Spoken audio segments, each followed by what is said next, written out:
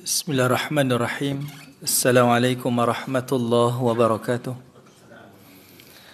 Alhamdulillahi rabbil alamin. Nahmaduhu wa nasta'inuhu wa nastaghfiruh. Wa na'udzu billahi min shururi anfusina wa min sayyiati a'malina. Man yahdihillahu fala mudilla lahu wa man yudlil fala hadiya lahu. Asyhadu an la ilaha illallah wahdahu la syarika lahu. وأشهد أن محمدا عبده ورسوله اللهم همنا رشدنا وعذنا من شر نفسنا ربي زدنا علما نافعا وارزقنا فهمه اللهم فهم النبيين وحفظ المرسلين وإلهام الملائكة المقربين برحمتك يا أرحم الراحمين سبحانك لا علم لنا إلا ما علمتنا إنك أنت العليم الحكيم ولا حول ولا قوة إلا بالله العلي العظيم أما بعد الحمد لله. Pertamanya kita syukur pada Allah Subhanahu wa taala di atas kesempatan yang Allah izinkan kepada kita pada tengah hari ini untuk sama-sama kita berada di dalam halaqah ilmu. Mudah-mudahan Allah Subhanahu wa taala melimpahkan kebaikan demi kebaikan, kerahmatan, ketenangan dan juga keberkatan dalam kehidupan kita. Dan mudah-mudahan jugalah Allah Subhanahu wa taala akan membimbing hati-hati kita dengan taufik dan hidayah daripadanya, seterusnya menerangi jalan-jalan kehidupan dunia ini dengan cahaya ilmu, sehinggalah kita kembali kepada Allah di negeri akhirat nanti dalam keadaan Allah menerima seluruh amal soleh yang kita lakukan dan Allah juga mengampuni dosa-dosa yang telah kita lakukan, insya-Allah. Amin ya rabbal alamin. Baik, tuan-tuan puan-puan yang dirahmati oleh Allah, insya-Allah untuk hari ini kita akan baca surah At-Tur, surah yang ke-52, bermula daripada ayat yang ke-17. Kita akan bincang beberapa ayat, saya rasa tak habislah pada hari ini. Ada rezeki nanti kita akan sambung pada kesempatan yang akan datanglah. Okey. Baik, surah At-Tur, surah yang ke-52, ayat yang ke-17. Baik, sebelum kita bincang tentang ayat tersebut, kita akan tengok surah At-Tur ni adalah salah satu surah yang mungkin jarang-jarang kita baca ataupun kita tadabbur. Tapi surah ni menarik kerana pertamanya dia adalah surah yang berkembar dengan surah Al-Mulk. Ini antara surah berkembar dengan surah Al-Mulk. Kita sentiasa baca surah Tabaraka, surah Al-Mulk ni, tapi jarang-jarang kita membaca surah At-Tur. Al-Mulk adalah surah yang Allah Ta'ala sebut tentang beberapa azab yang ada di dalam neraka. Surah At-Tur pula Allah Ta'ala berbicara berkaitan tentang nikmat yang ada di dalam syurga. Sebab itu dia jadi berkembar. Sebab itu kalau baca dua surah ni kita akan dapat satu gambaran asas apa nikmat yang ada dalam syurga dan apa yang ada azab di dalam neraka. Kenapa penting kita kena tahu nikmat dan azab ni, tuan-tuan? Saya bagi satu contoh pada tuan-tuan. Kita bakal pergi mengembara ke satu daerah, satu negeri. Tuan-tuan nak pergi ke Sabah sebab kita ada program iaitu panjat Gunung Kinabalu lah contoh. Kita nak pergi ni, tuan-tuan, mesti kita kena tahu Sabah tu di mana. Sabah tu di mana, macam mana nak pergi Sabah, boleh ke naik kereta? Oh tak boleh, kena naik kapal terbang. Sabah tu pula ada apa? Semua benda tu kita kena tahu, tuan-tuan. Begitulah dengan kehidupan akhirat. Pergi ke Sabah ni mungkin paling kuat pun seminggu. Kita pun kita kena buat persiapan, nak tidur mana, hotel apa, makan apa, semua kena tahu. Apatah lagi ke negeri akhirat ni kita akan berpindah selama-lamanya. Sebab itu kita kena tahu apa yang ada di hari akhirat. Dan apa negeri yang saya akan tuju ni? Ke syurga ataupun ke neraka? Syurga tu ada apa? Dan ke neraka tu ada apa? Nak ke syurga, apa perlu saya bawa dan apa yang perlu saya persiapkan? Dan ke neraka pula, apa yang perlu, apa yang telah saya lakukan sehingga saya ke neraka? Benda ni semua kena tahu. Apatah lagi, tuan-tuan, pengembaraan kita ke hari akhirat ini adalah pengembaraan selama-lamanya. Dia bukan sementara, dia selama-lamanya. Dan kita bukan pergi bersendirian, tetapi kita bawa dengan ahli keluarga kita. Kita nak pergi berjalan, tuan-tuan, satu tempat, kita kena pastikan kereta selamat, dah servis ke belum, berapa belanja, apa tempat, apa penginapan, semua kena tahu. Dan kita nak pastikan perjalanan selamat ke hari akhirat, mestilah kita ingat, saya bukan pergi bersorangan tetapi membawa keluarga kita. Jadi benda ni sangat penting. Kerana itu, cerita akhirat dan syurga dan neraka ni Allah Ta'ala mendetailkan.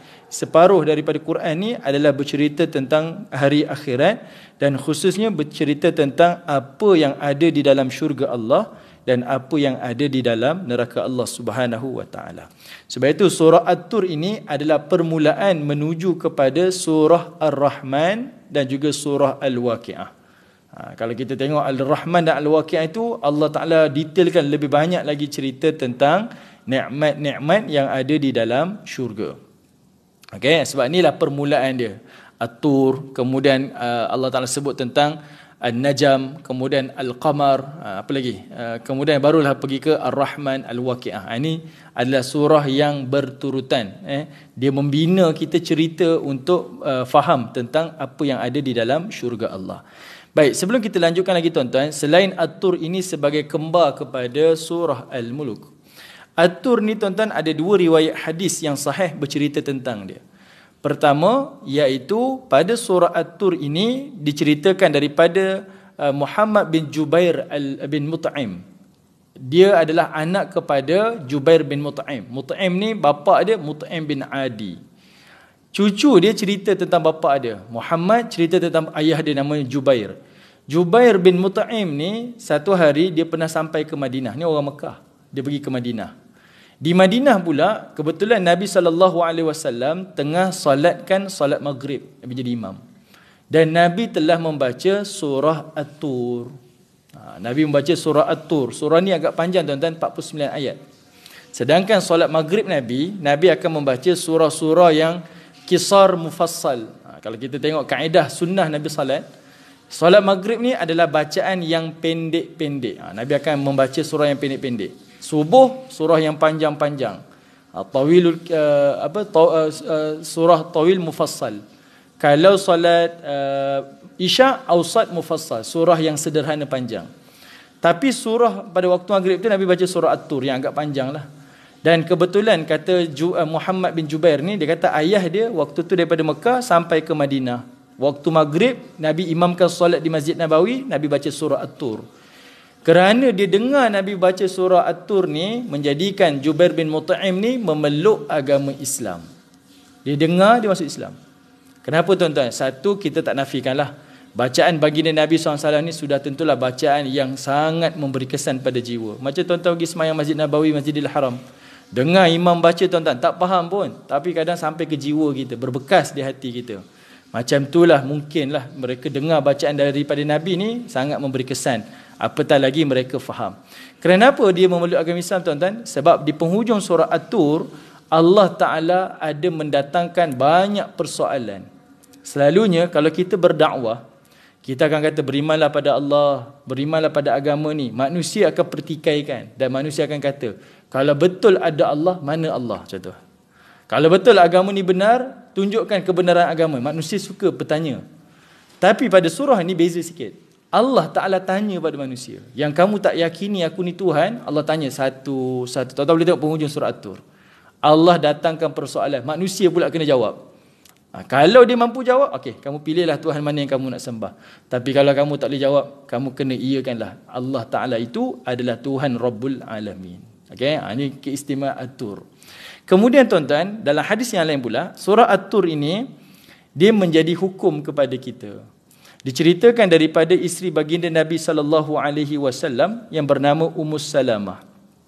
Ummus Salamah ni dari riwayat Al-Bukhari dan Al-Imam Muslim, iaitu Ummus Salamah ni dia tak selesai lagi buat Hajjatul Wada. Minta maaf. Dia tak selesai lagi buat tawaf wada. Dia bukan tawaf wida tuan-tuan. Tawaf wida ni orang Melayu sebutlah.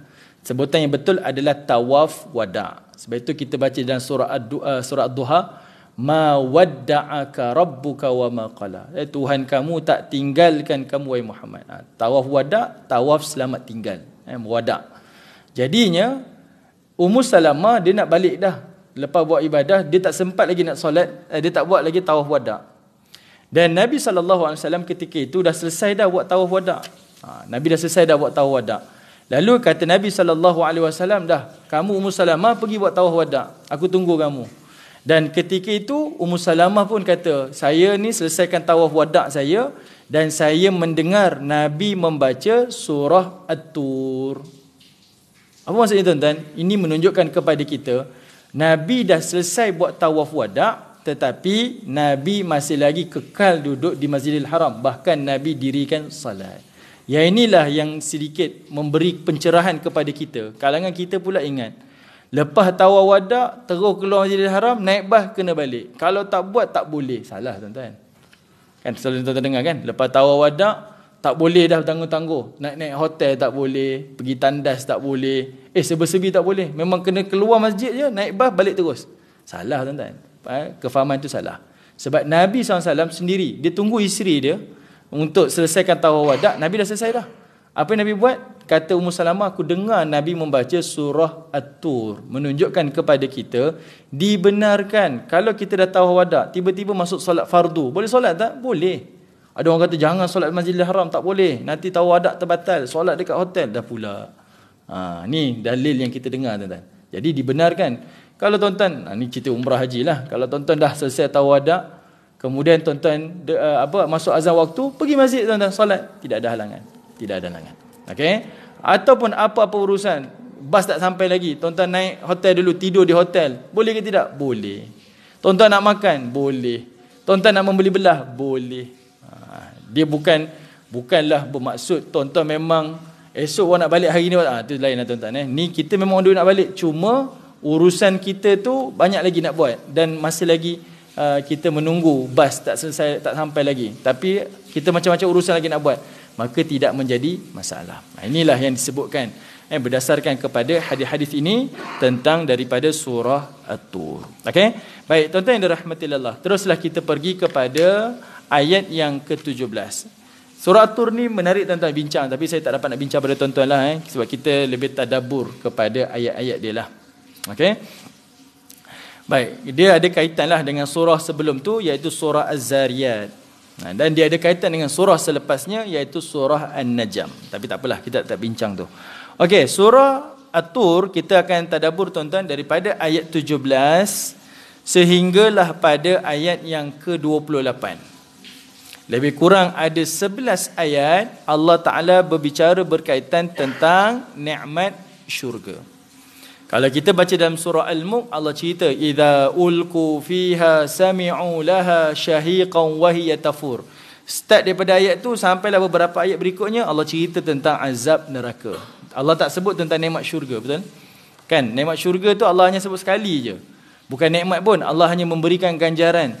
Orang yang takut kepada Allah Ta'ala tu, maka Allah Ta'ala akan berikan kepadanya pengampunan, lahum maghfiratun walahum ajrun kabir, kata Allah. Allah berikan pengampunan, Allah berikan ganjaran syurga. Itu je satu ayat.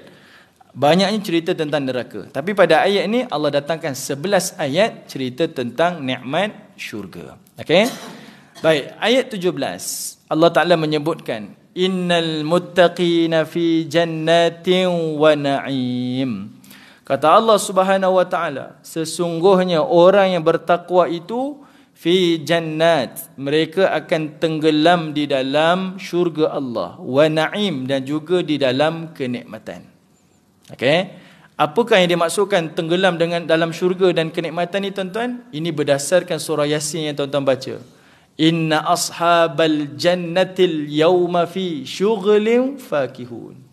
Kata Allah Subhanahu wa Ta'ala, penghuni-penghuni syurga di hari akhirat nanti mereka dalam keadaan syughul. Apa itu syughul tuan-tuan? Manusia yang masuk dalam syurga Allah, dia akan berada dalam keadaan syughul, berada dalam keadaan kesibukan dengan kenikmatan dan kegembiraan. Sibuk tuan-tuan, bukan sibuk kerja, sibuk dengan nikmat. Itu Allah Ta'ala sebut dalam syurga nanti manusia dalam syurga tu sibuk. Sibuk ni macam mana tuan-tuan? Saya bayangkan macam ni. Ni nak cuti sekolah kan? Anak-anak ni kalau tak ada sekolah tuan-tuan, dia apa? Daripada siang sampai malam tengok TV tuan-tuan. Kalau boleh dia nak telan TV tu. Contohlah. Dia budak-budak kan, dia tengok TV. Tak pun dia main handphone. Bila dapat telefonnya, makan tidak, tidur tidak, mandi tidak, apa pun tidak tuan-tuan. Tu je lah dia ngadap. Sibuklah, ralit sangat. Penghuni syurga begitulah tuan-tuan. Dia syughul. Dia sibuk tu dah tak fikir benda lain dah. Dia dah tenggelam dengan dunia dia. Tapi beza.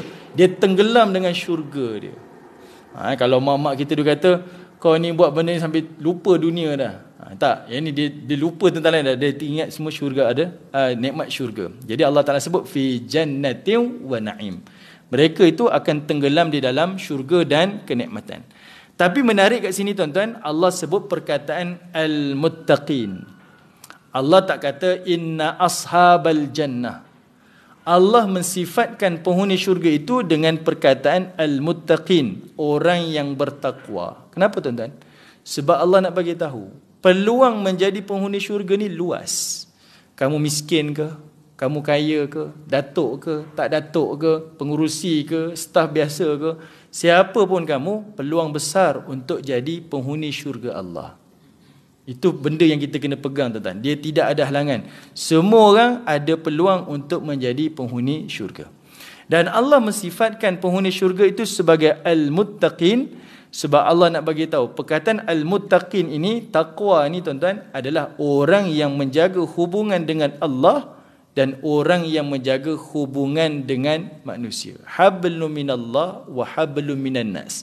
Benda ni yang paling sukar. Ada orang dia jaga hubungan dengan Allah, bagus sangat dah. Dia orang masjid, orang surau, tapi tak jaga hubungan manusia. Adik-beradik bergaduh, jiran bergaduh, bertelagah, dengan rakan-rakan sekerja bertelagah, semua orang pakat gaduh tak? Tapi orang masjid ni, ini masalah.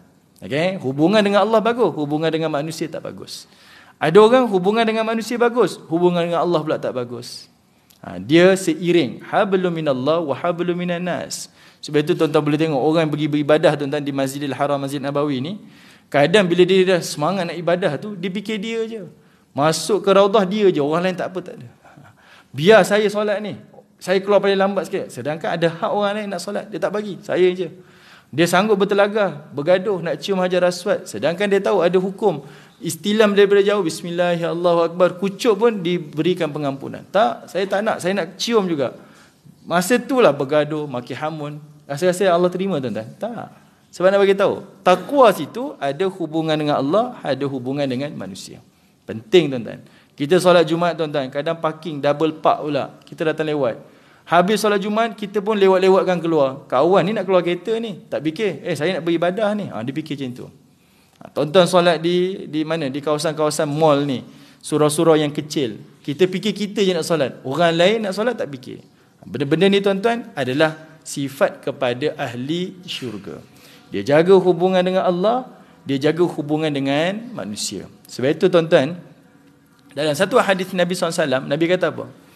Allah Ta'ala akan menegur manusia di hari akhirat. Allah kata, ya ibnu Adam, wahai manusia. Mungkinlah dia akan sebut, wahai Izzuddin, wahai Abdul Ghani, wahai si fulan, wahai si fulan. Dan Allah akan sebut, dahulu aku di dunia, aku sakit, kata Allah. Tuan-tuan boleh baca dalam hadis kursi, hadis sahih. Allah kata, dahulu wahai si fulan, aku ni sakit, kenapa tak ziarahi aku? Penghuni syurga, manusia di Yaumul Mahsyar kata, wahai Allah, bagaimana engkau sakit sedangkan engkau Rabbul Alamin? Allah Ta'ala kata, bukankah dahulu ada orang yang sakit, aku bersama dengan orang yang sakit. Di situ tuan-tuan menunjukkan kepada kita, agama ni mengajar kepada kita, ibadah ni bukan hanya ibadah khusus, solat, puasa, haji, umrah, tetapi menjaga hubungan dengan manusia, prihatin hubungan sesama manusia, itu juga ibadah yang sangat penting. Ada dua surah dalam Quran tuan-tuan, Allah buka surah itu dengan perkataan wail. Pattern Quran ni, mukaddimah surah, Allah buka dengan pujian pada dia. Alhamdulillah, tabaraka, subhana, semua yang memuji diri dia. Tapi dua surah Allah buka dengan perkataan mencela. Wailul likulli humazatil lumazah, wailul lil mutaffifin. Celakalah orang yang kaki umpat, celakalah orang yang mengurangi timbangan. Kata Al-Imam Jalalain, Imam Suyuti dan Imam Mahalli, perkataan wail ni Allah sebut di dua surah pembuka ni sebab Allah Ta'ala sedang zahirkan kemarahan yang meluap-luap. Kalau tuan-tuan jumpa perkataan wailun dalam Quran tuan-tuan, itu artinya Allah sedang zahirkan kemarahan dia. Apa persamaan dua surah ni Allah buka dengan kalimah wail? Sebab dua surah itu persamaan dia adalah hubungan manusia dengan manusia. Kaki umpat, orang yang mengurangi timbangan. Ni dosa manusia dengan manusia. Penting tuan-tuan. Sebab itu al-muttaqin Allah sebut dekat sini adalah sifat kepada penghuni syurga. Dan al-muttaqin tuan-tuan, orang yang bertakwa itu adalah orang yang sentiasa mendahulukan hukum Allah, hukum syarak ni dalam setiap kehidupannya di dunia. Dia nak bercakap, dia nak bertindak, dia nak melakukan setiap perkara itu, dia sentiasa dahulukan hukum Allah. Dia bukan dahulukan nafsu syahwat dia, tapi hukum Allah. Kalau saya buat macam ni, Allah redha tak? Kalau saya buat macam ni, ini dosa ke pahala? Kalau saya buat macam ni, ini ibadah ke tidak? Itu sentiasa bermain dalam fikiran al-muttaqin. Okey? Sebab itu dia adalah penghuni-penghuni syurga Allah Subhanahu wa taala. Okey, jadinya tuan-tuan yang dirahmati Allah, saya ingatkan diri saya tuan-tuan bila kita jumpa ayat macam ni, kita didiklah anak kita untuk menjadi orang yang bertakwa. Sebab kita tahu takwa ini adalah sifat kepada penghuni syurga. Bukan didik anak kita nak jadi orang kaya. Hari ni kita tengok kita didik anak kita nak jadi kaya ke nak jadi bertakwa tuan-tuan? Saya nak jadi orang takwa lah, tapi selalu kita ajar ke belajar sungguh-sungguh, nanti gaji besar, jadi orang kaya. Itu didikan kita. Jadi tukar tuan-tuan, kita mendidik keluarga kita adalah untuk menjadi bertakwa. Kalau dia takwa tuan-tuan, kekayaan itu datang sendiri. Wa may yattaqillaha yaj'al lahu makhraja wa yarzuqhu min haitsu la yahtasib. Kan Allah kata kan, siapa yang bertakwa, Allah berikan jalan keluar dan Allah akan berikan rezeki yang tak disangka-sangka. Tapi kalau dah jadi kaya, belum tentu lagi takwa tuan-tuan. Tapi takwa, insya-Allah dia jadi kaya. Okey? Baik, kemudian ayat 18 tuan-tuan. Apakah nikmat yang Allah Ta'ala sediakan bagi penghuni syurga nanti? Fakihina bima atahum rabbuhum wa waqahum rabbuhum azabal jahim. Kata Allah Subhanahu wa Ta'ala, nikmat pertama, fakihina bima atahum rabbuhum. Mereka akan hidup dengan bergembira tuan-tuan. Happy yang bertambah-tambah. Hari ini nikmat, esok lusa lagi nikmat, kemudian lagi nikmat, bertambah-tambah. Bima atahum rabbuhum, dengan apa sahaja kurniaan daripada Allah Subhanahu wa taala. Okey, ini adalah nikmat yang Allah berikan kepada penghuni-penghuni syurga Allah. Nikmat pertama adalah nikmat bergembira, fakihin. Okey. Baik, apa yang Allah Taala nak sampai kat sini tuan-tuan? Pada perkataan fakihina bima atahum rabbuhum dekat sini menunjukkan kepada kita nikmat pertama dalam syurga adalah nikmat pemilikan. Nikmat pemilikan. Ini disebutkan dalam satu hadis. Nabi Musa AS pernah tanya kepada Allah. Nabi Musa pernah tanya kepada Allah. Kata Nabi Musa AS, siapakah orang yang paling rendah kedudukannya di dalam syurga Allah? Ma adna ahlul jannatil jannah. Siapakah orang yang paling miskin di dalam syurga Allah, wahai Allah? Nabi Musa tanya tuan-tuan. Kenapa Nabi Musa tanya macam tu? Sebab ni sebagai satu perbandingan. Contohlah tuan-tuan, ada orang kata apa? Company yang paling terkaya di dunia ni company apa? Yang apa? Yang multinational punya company. Company apa paling kaya? Tak tahu. Apple. Okey. Kita kata Apple ni paling kaya. Kita pun nak tahu kaya tu macam mana, kita tanya. Berapa gaji yang paling rendah dibayar di Apple? Barulah kita tahu, oh kaya. Kalau dia kata gaji pekerja am dia dibayar gajinya sebanyak $50,000. Oh kayalah. Kita tak nak kaya ni. Gaji paling rendah $50,000. Oh kayalah. Itu saya tipu tuan-tuan. Saya tak tahu benda tu. Saya bayangkanlah. Kalau lah gaji paling rendah banyak tu, gaji paling orang yang paling atas ni berapa pula? Macam tu perbandingan dia. Jadinya Nabi Musa ni bila duk cerita syurga ni macam ni, lalu dia tanya, ma adna ahlul jannatil jannah. Orang yang paling miskin dalam syurga Allah ni siapa? Dan apa nikmat orang yang paling miskin ni? Nikmat paling miskin. Maksudnya penghuni yang paling miskin. Allah Ta'ala pun jawab, orang yang paling miskin dalam syurga Allah ni adalah orang yang paling akhir masuk syurga Allah. Dia masuk, pintu syurga tutup selama-lamanya dah. Dialah orang yang paling miskin. Di situ satu sifir mudah. Paling awal masuk syurga, paling banyak, paling kaya lah. Paling akhir masuk syurga, paling miskin, paling rendah kedudukannya dalam syurga. Apa yang dia dapat tuan-tuan? Allah Ta'ala sebut dalam hadis ni. Allah kata apa? Penghuni syurga yang paling miskin dia dapat aturidu an yakuna mithlu mulkin malikin min mulukid dunya. Allah bagi tawaran. Orang yang paling miskin dalam syurga Allah, Allah beri dia apa tuan-tuan? Iaitu diberikan syurganya yang dia rasa paling sempit tu sebab dia paling miskin adalah seperti kerajaan raja yang paling terkaya di dunia ni. Siapa raja paling kaya di dunia tuan-tuan? Siapa? Raja Sulaiman. Raja Sulaiman. Okey. Saya tak tahulah Raja Sulaiman, minta maaf saya tak tahu lain tu. Okey. Contohlah kalau zaman kita ni, kita kata yang paling kaya tu Sultan Brunei kita kata. Ataupun Raja Thailand. Yang itu tuan-tuan, kalau lah diukur kekayaan dia dari sudut aset dia, kalau tengok negara wilayah dia kecil sangat, kecil. Berapa persen tu Brunei berapa besar? Thailand berapa besar tuan? Kecil sangat. Bukanlah satu dunia ni, kecil. Itu Allah Ta'ala bayangkan pada kita. Kemudian barulah pergi ke negara-negara Teluk, negara Saudi, itu raja-raja dia. Kekayaan dia sedikit. Kalau kita kembali kepada zaman Nabi SAW, raja yang paling kaya di zaman tu tuan-tuan adalah Maharaja Rom, yang mana mereka memerintah 2/3 dunia. Kan? Ada Rom yang berada di timur, disebut sebagai Byzantine. Kemudian ada Rom yang berada di barat. 2/3 tu duduk di bawah wilayah kerajaan Rom. Paling kaya maharaja dia lah. Itu contoh. Zaman Nabi ni 2/3 dunia. Sebelum zaman Nabi tuan-tuan, ada tak lagi kaya? Ada. Tuan-tuan baca dalam surah Al-Kahfi. Allah Ta'ala ada cerita tentang 2 orang pemilik kebun. Seorang beriman, seorang tak beriman. Yang tak beriman tu, kebun dia sangat subur dan besar. Allah Ta'ala bagikan contoh. Kebun dia itu, dia tanam buah tamar. Dipagari dengan buah anggur. Kita kata biasa je. Sebenarnya luar biasa tuan-tuan. Sebab buah tamar ni buah yang tumbuh di negara yang beriklim panas. Buah anggur tumbuh di negara yang beriklim sejuk. Bayangkan kebun dia tu ada buah anggur, buah tamar. Artinya dia punya kebun ni multinasional tuan-tuan. Kebun dia besar benua mana tuan-tuan? Tak tahu. Itu baru bayangan kekayaan. Raja macam mana pula? Lebih lah. Jadi orang yang paling miskin dalam syurga Allah adalah orang yang memiliki kerajaan seperti raja paling kaya di dunia. Faham benda ni tuan-tuan? Kita tak rasa tamak dengan dunia dah. Apalah sangat dunia ni nak dibandingkan kalau saya masuk syurga paling miskin pun lebih baik daripada dunia. Okey. Lepas tu tuan-tuan, dia dah masuk syurga Allah Ta'ala. Allah Ta'ala beri ganjaran tuan-tuan. Allah kata apa? Kata Allah Ta'ala, wa mithluhu wa mithluhu wa mithluhu wa mithluhu. Semua nikmat yang dia dapat tadi tu Allah tambah 4 kali ganda.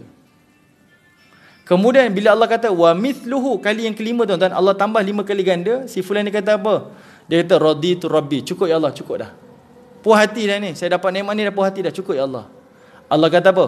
Wa asharatu amsalihah. Tak. Semua yang kamu dapat ni aku tambah 10 kali ganda lagi. Ini orang paling miskin. Paling miskin. Saya bayangkan tuan-tuan macam ni tuan-tuan.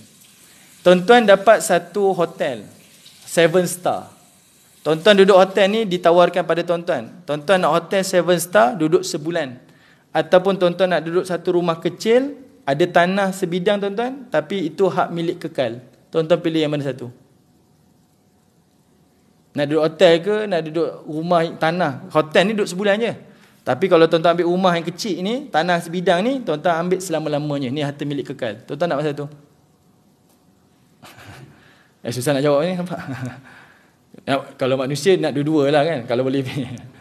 Itu manusia tamak lah kita ni. Kalau boleh pilih tuan-tuan, mana? Mestilah tuan-tuan kata, hotel sebulan je, baik saya ada tanah yang kekal selama-lamanya. Walaupun rumah dan tanah tu seadanya tuan-tuan, yang lebih kekal tu lebih kita puas hati daripada kita duduk yang mewah tapi sementara. Macam itulah Allah Ta'ala kata. Nikmat pertama dalam syurga ni, fakihina bima atahum rabbuhum. Semua kurniaan dalam syurga tu semua milik kamu. Yang kamu nampak, yang kamu duduk, yang kamu nikmati, semua milik kamu dan dia kekal. Itu nikmat pertama. Itu nikmat pertama. Kalau tuan-tuan baca dalam surah Al-Waqi'ah pula, Allah Subhanahu Wa Ta'ala dahulukan surah Al-Waqi'ah dengan saya tak ingat ayat dia. Kalau tuan-tuan baca surah Al-Waqi'ah, Allah Ta'ala sebut as-sabiqun as-sabiqun ulaikal muqarrabun fi wa qalilun minal akhirin. Lalu Allah kata apa? Saya tak ingat dah. ala sururim maudunah muttaqiina 'alaiha mutaqabilin yatufu 'alaihim wildanu mukhalladun. Ayat ni tuan-tuan, Allah tunjukkan setiap nikmat ni dia ada keutamaan. Nikmat pertama dekat sini adalah nikmat pemilikan. Itu bahasa kita lah. Semua yang ada dalam syurga tu, itu nikmat tu, pemilikan, semua hak milik mutlak tuan-tuan, dan dia kekal selama-lamanya. Dalam surah Al-Waqi'ah pula, Allah Ta'ala sebut ala sururim maudunah. Nikmat pertama dalam surah Al-Waqi'ah adalah nikmat mereka akan diberikan singgah sana daripada emas permata. Kemudian mereka akan duduk di atas pelamin-pelamin dia. Kemudian dia akan dilayani dengan dia punya pelayan-pelayan dia. Nikmat dalam surah Al-Waqi'ah pula yang pertama Allah sebut adalah nikmat kerehatan. Kenapa tuan-tuan Allah sebut dua ni? Sebab Allah nak bagi tahu penghuni syurga, sifat mereka di dunia ni adalah orang yang bekerja keras. Orang yang melakukan ketaatan dan beramal soleh ni dia kerja keras tuan-tuan. Orang lain tidur 4 pagi dia dah bangun dah solat qiyam. Orang lain tengah siap-siap dia dah keluar dah solat subuh jamaah. Orang pergi kerja, dia pun pergi kerja. Orang pergi kerja kejap-kejap mengetih, dia konsisten dengan kerja dia dengan amanah. Orang balik kerja, dia pun balik kerja. Orang sampai rumah, dia pergi masjid solat maghrib. Kemudian dia solat isyak, kemudian baru dia pulang. Orang lain masuk tidur dah, dia baru nak sampai rumah, barulah nak tengok bertamu dengan keluarga dia. Esok pagi orang tidur, dia dah bangun dah qiyam. Ini rutin tuan-tuan. Sabtu Ahad orang cuti, dia masih lagi konsisten, bangun pagi macam biasa. Nak cerita orang mukmin ni, penghuni syurga, sifat dekat dunia ni orang yang bekerja keras. Sebab itu ganjaran dia dalam syurga Allah adalah nikmat kerehatan. Okey? Samalah dengan ayat ini, Allah Ta'ala sebut pemilikan yang pertama, nikmat pertama dalam syurga adalah nikmat pemilikan. Ni adalah nikmat yang manusia suka. Okey? Sebab dia bukan sekadar kita dapat menikmati, tetapi dia adalah milik kita dan dia kekal selama-lamanya. Okey, sebab itu Allah sebut nikmat pertama dalam syurga itu, itulah nikmatnya tuan-tuan. Kedua, Allah Ta'ala sebut wa waqahum rabbuhum adzabal jahim. Nikmat yang kedua bagi penghuni syurga itu adalah nikmat dilindungi, dipelihara oleh Allah Subhanahu Wa Ta'ala daripada azab neraka Jahannam. Di sini namanya nikmat kedua tuan-tuan adalah nikmat jaminan keselamatan. Sebagai contoh macam ni tuan-tuan. Kalaulah kita duduk di satu tempat ni tuan-tuan semua ada, sekolah ada, perumahan ada, semua adalah komplit. Tapi kawasan tu tak selamat. Selalu berlaku kecurian, rompakan. Nak duduk tuan-tuan? Tak nak. Saya tak nak duduk. Biarlah kawasannya biasa-biasa tapi aman, tapi selamat. Yang itu lebih kita nak duduk. Jadi Allah Ta'ala bagi ganjaran. Bukan sekadar nikmat tu melimpah-limpah nikmat dia, tetapi Allah juga menjaminkan kamu masuk syurga confirm telah terselamat daripada azab. Bukan sekadar dapat nikmat saja, tapi juga diberikan perlindungan daripada azab. Contohlah contoh. Tuan-tuan simpan duit tuan-tuan. Kita simpan duit dekat bank. Bank pula dia kata siapa simpan duit ni saya bagilah dividen setiap tahun. Dapatlah dividen sekian-sekian persen. Tapi tuan-tuan, semua bank sekarang menjamin siapa depositor dekat bank kami ni, kami jamin semuanya akan duduk di bawah PIDM. Tuan-tuan tahu PIDM tuan-tuan? Perbadanan Insurans Depositor Malaysia kan. Kalaulah bank ni bankrupt, bank ni habis ke harta dia ke apa ke, setiap sen yang tuan-tuan depositkan kami pulangkan. Ada jaminan tak? Ada. Automatik tuan-tuan, kita rasa yakinlah untuk depositkan duit kita di dalam bank tersebut. Macam itulah Allah nak bagi jaminan dekat penghuni-penghuni syurga ni. Okey? Kamu masuk syurga ni, kamu dapat nikmat dan kamu dapat perlindungan azab. Kenapa Allah sebut ayat ni tuan-tuan? Sebab nak bagi tahu di hari akhirat yang paling penting sebenarnya bagi manusia ketika itu adalah terlepas daripada azab. Nak masuk syurga manusia tahu semua kalangan kita ni tak mampu masuk syurga Allah berdasarkan amal-amal kita. Kita rasa ya Allah, amal kita ni tak layak masuk syurga. Tak layak. Paling tidak kita ni terlepas daripada azab, itu pun dah nikmat dah. Contohlah tuan-tuan. Saya tak tahulah kalau tuan-tuan dulu pernah. Saya dulu exam tuan-tuan masa di universiti dulu. Ada satu paper ni sangat susah. Sepanjang SEM tu saya doa apa tuan-tuan? Saya tak A pun tak apa. Yang penting lulus lah. Yang penting jangan repeat paper ni. Sebab persyarat ni memang garang betul lah. Saya tak cemerlang pun tak apa, yang penting lulus. Itu dah kira syukur dah. Tiba-tiba keluar keputusan dapat A tuan-tuan. Puas hati tak? Kita minta lulus, tiba-tiba dapat A, puas hati. Macam itulah penghuni syurga. Dia minta lepas azab je. Tapi Allah beri lebih daripada tu. Lepas juga daripada azab, bahkan dimasukkan dalam syurga yang nikmat kekal sampai bila-bila. Itu ayat pertama lah. Allah Ta'ala bayangkan kepada kita, penghuni syurga akan tenggelam di dalam kenikmatan. Okey. Baik, ayat 19 tuan-tuan. Pada ayat 19 Allah Ta'ala sebut, kulu washrabu hani'am bima kuntum ta'malun.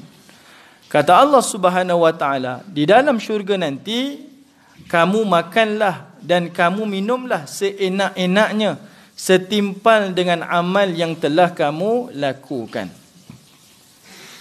Ayat 19 ni tuan-tuan, dia sedikit ganjil.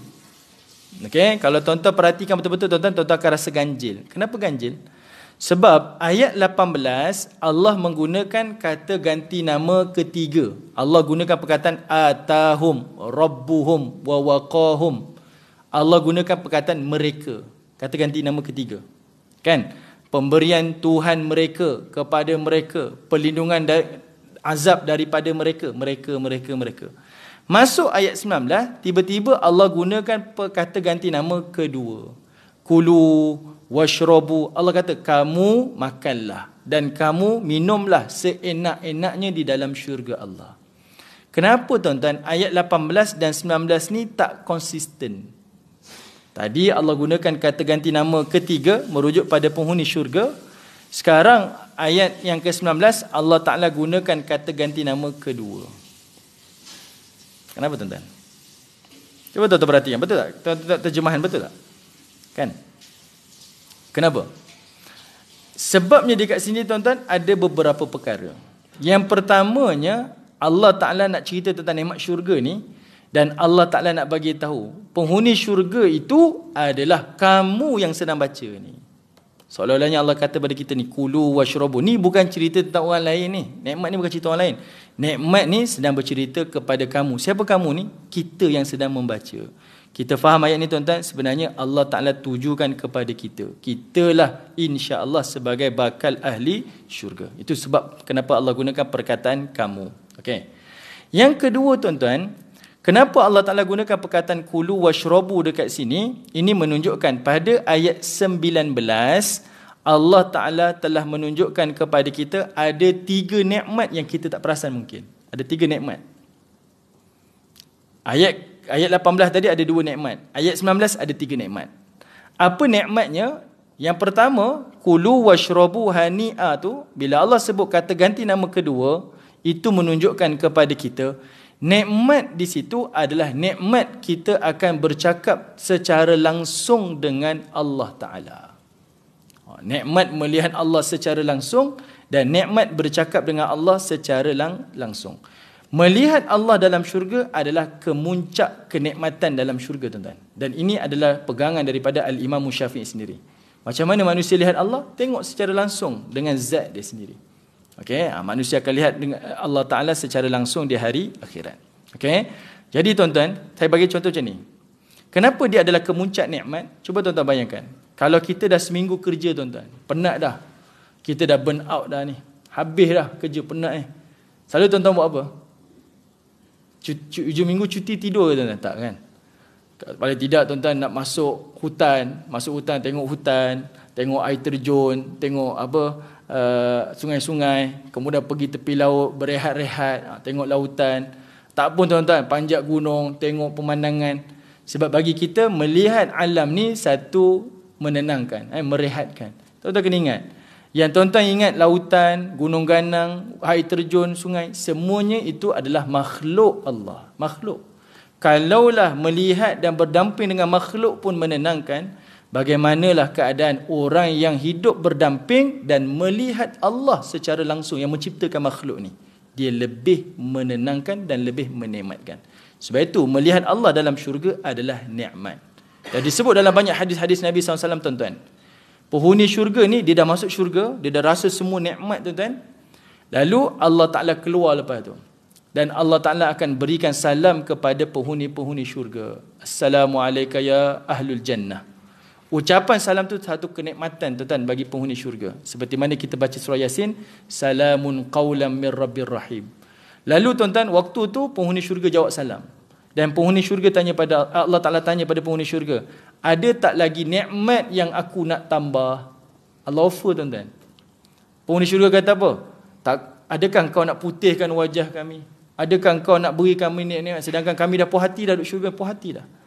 Allah Ta'ala kata apa? Ada satu lagi nikmat. Lalu kata Nabi SAW, kushitat. Nabi kata Allah Ta'ala singkapkan tirai, tabir antara penghuni syurga dengan Allah Ta'ala. Dan mereka melihat Allah secara langsung. Dan itu kenikmatan. Jadi pada ayat ini, Allah Ta'ala nak bagi tahu di sininya ada satu nikmat namanya nikmat batin. Yang kita tak boleh cakap tuan-tuan. Dalam hati kita ni. Allah Ta'ala bercakap langsung dengan penghuni-penghuni syurga Allah. Puas hati lah tuan-tuan. Kita pergi kenduri kahwin tuan-tuan. Tuan-tuan datang makan je kenduri kahwin tuan-tuan. Seronok tak? Tapi tak jumpa tuan rumah. Seronok tak? Tak cukup syarat kan? Kita mesti pergi kenduri kahwin tuan-tuan dan makan, mesti nak jumpa tuan rumah. Walaupun sekejap, mesti nak jumpa juga. Sebab barulah penuhi kita punya syarat berkenduri kendara kan? Macam itulah dalam syurga Allah. Tuan-tuan tak sekadar datang ke syurga, nikmat-nikmat balik, tak. Tuan-tuan nak juga jumpa dengan siapakah pemilik syurga Allah Subhanahu Wa Taala, iaitu Allah lah. Jadi sebab itu kita dapat lihat Allah Taala secara zahir nanti. Inilah nikmat batin, puas hati pada jiwa kita. Yang kedua, iaitu nikmat makanan dan nikmat minuman di dalam syurga Allah. Kalau cerita tentang nikmat makan minum dalam syurga ni tuan-tuan, banyaklah. Dalam firman Allah banyak, di dalam hadis-hadis Nabi pun banyak. Apa makanan yang pertama yang akan dimakan oleh penghuni syurga tuan-tuan? Apakah makanan pertama yang akan dimakan oleh penghuni syurga?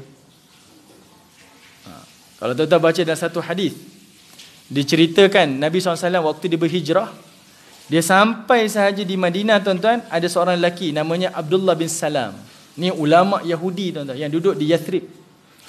Dia dengar cerita Nabi ni dan dia tahu kalau dia ni Rasul yang ditunggu-tunggu oleh manusia ni, Rasul ni mesti boleh jawab 3 soalan. Mesti boleh jawab 3 soalan ni. Kalau dia tak boleh jawab, dia bukan Rasul. Jadi salah satu daripada 3 soalan, ni riwayat Al-Bukhari, ditanyakan kepada Nabi SAW. Dia tanya kepada Nabi, ya Muhammad, kalau benar kamu Rasul, apakah makanan pertama yang akan dihidangkan oleh Allah kepada penghuni syurga? Makanan pertama tuan-tuan, bukan makanan dalam syurga. Makanan syurga tu banyak.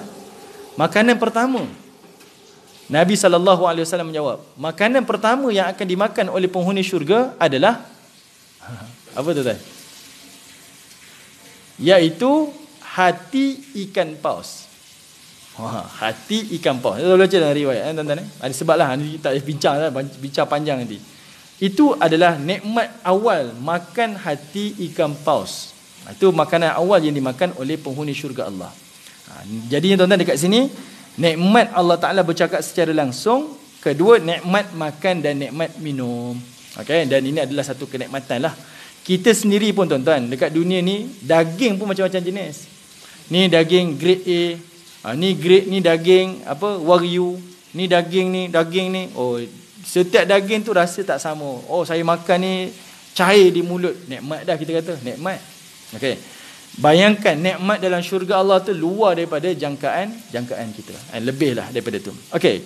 Nikmat yang ketiga tuan-tuan, bima kuntum ta'malun. Saya berhenti dekat ayat ni lah tuan-tuan. Ada rezeki kita sambung lagi nanti Bima kuntum ta'malun ni nikmat yang ketiga, iaitu Allah Taala menyebutkan kamu makanlah dan kamu minumlah dalam syurga ni seenak-enaknya, setimpal dengan apa yang kamu lakukan. Tuan-tuan kena ingat satu perkara tuan-tuan. Amalan kita takkan setimpal dengan ganjaran Allah. Takkan setimpal. Allah akan beri lebih daripada itu. Jadi kenapa Allah Ta'ala sebut bima kuntum ta'malun ni?